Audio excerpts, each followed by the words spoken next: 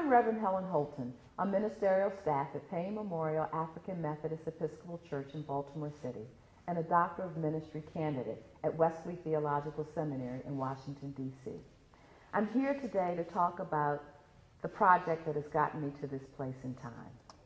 A social justice ministry, the local church taking on faith and politics as two sides of the same coin. Since the 60s, the height of the civil rights movement, the Black church has lost its prominence as a local leader in leading the charge against social justice issues.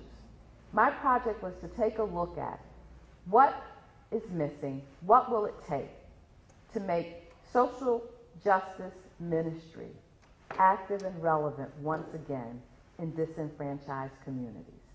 Thank you for joining me. Welcome and enjoy the journey with us. So these are override, Ms. Holton, I will just say that at the end of the day, the dollars allocated in the budget belong to the people in the city because it's their tax dollars that make it possible to make the allocations. As Council President said, many of us have been strong advocates for youth investment. And I do think what happened last year was not an isolated incident. It was more like the tipping point to say, let's wake up and begin to do the right thing. Many of us have said, we cannot arrest our way out of this situation. Not that law enforcement isn't important, because it is. But if you look at the disinvestment in youth and education and other items, you will find that it has dwindled in areas where other agencies have seen increases in their investment. And so at some point you have to draw a line in the sand and say, enough already. This is where we have to begin to turn the tide. And I'm so excited that the Council President has taken that initiative to do just that. And we will get beyond this, whatever the outcome may be. But it is a bold stand. It is a stand for our future. And anyone who thinks that our youth do not represent our future, then they're living behind the times. Councilwoman Holton, are you concerned about the mayor's point of view that this is going to be fiscally irresponsible and tie the hands from all of the years that you spent on the budget committee knowing what budget cuts mean? I will say that everything about the budget ties our hands. And the opportunity for us to put this in the hands of the voters gives the people the opportunity to say what their preference and priority is. And you heard from the budget chair. If the voters say yes, and there is extra money, is there a particular program or programs where you would like to see this? Well, there will be a board that would be, appointed by the council, and advocacy groups are all going to sit around the table, decide who's going to be on that board. There's going to be a youth on that board, and there's going to be someone from homelessness on that board. And the rest of them, we'll have our finance department have to be engaged, philanthropic organizations, but I want it to be non-political. People that's going to really look at these proposals on its merit.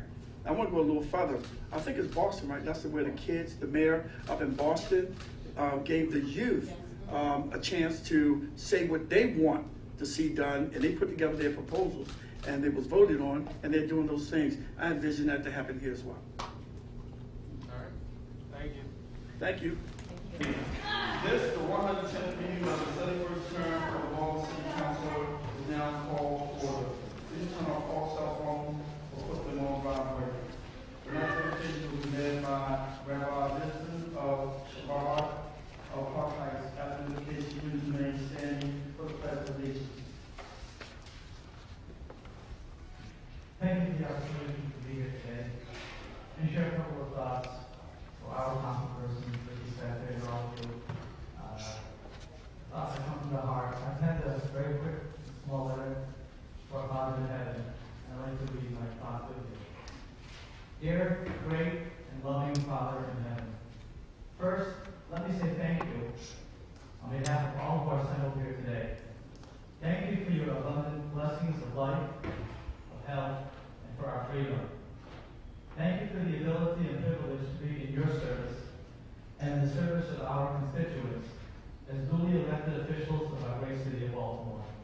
We ask you for continued guidance and wisdom. I'd like to share a brief, beautiful quote from our Mishnah, Book of Laws, written generations, from 30 before the Common Era until the year 350 of the Common Era, by great rabbinical sages. Rabbi Hanina used to say, anyone with whom his fellow men are pleased, God is pleased with him. But anyone with whom his fellow men are not pleased, God is not pleased with him either. Dear Father in heaven, please give us the wisdom to govern amid the conflicting interests and issues of our times, so that all our citizens can live in peace and prosperity. Please give us the courage to sustain the universal Noahide laws of civil responsibility, civil respect, and morality. Rabbi Menachem Mendel Schneerson, the Lubavitch Rebbe of blessed memory, would often tell the story of an aged Hasidic master who would easily climb the icy and wintry steep hills of his community without ever slipping or falling. He explained, when one is humbly connected and joined to the one above, he or she will not fall or falter down here. Please grant us strong connection to the one above, so we can successfully do your work here down on earth. And to this we all say, amen. Amen. Pledge allegiance to the flag of the United States of America and to the republic for which it stands, one nation, under God, indivisible, with liberty and justice for all. Pledge and appropriation. 16-0603, supplementary general fund operating appropriation, Mayor's Office of Human Services, $1,652,000 for the purpose of providing a supplementary general fund operating appropriation and the amount of $1,652,000 to the Mayor's Office of Human Services to Service 895 to provide funding for the following: men's overflow shelter, low barrier shelter, code blue shelter, vouchers, and provide for special activity.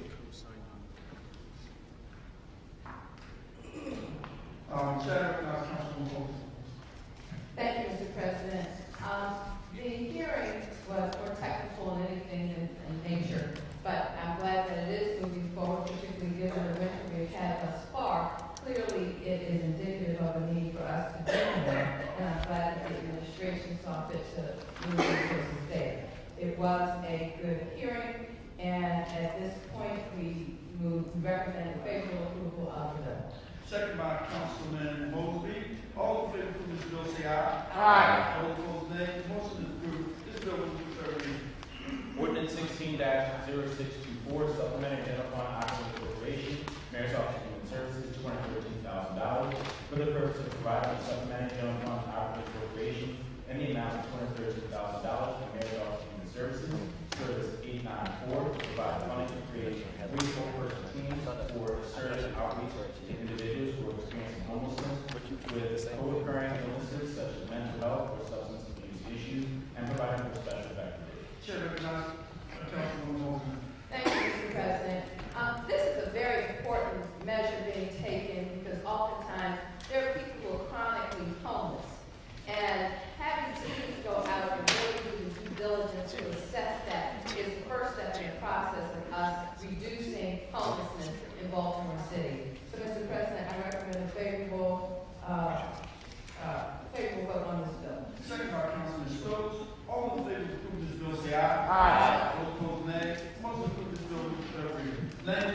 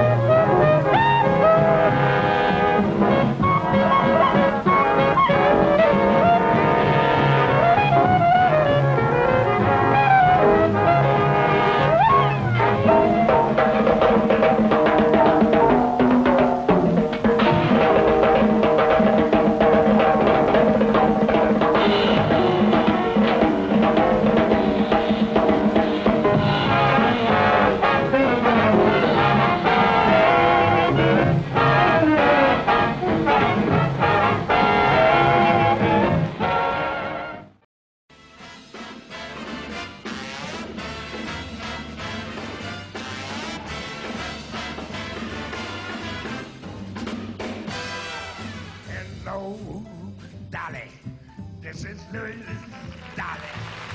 Why didn't that give you back where you belong? You lookin' swell, Dolly. I can tell, Dolly. You keep going, just keep going strong.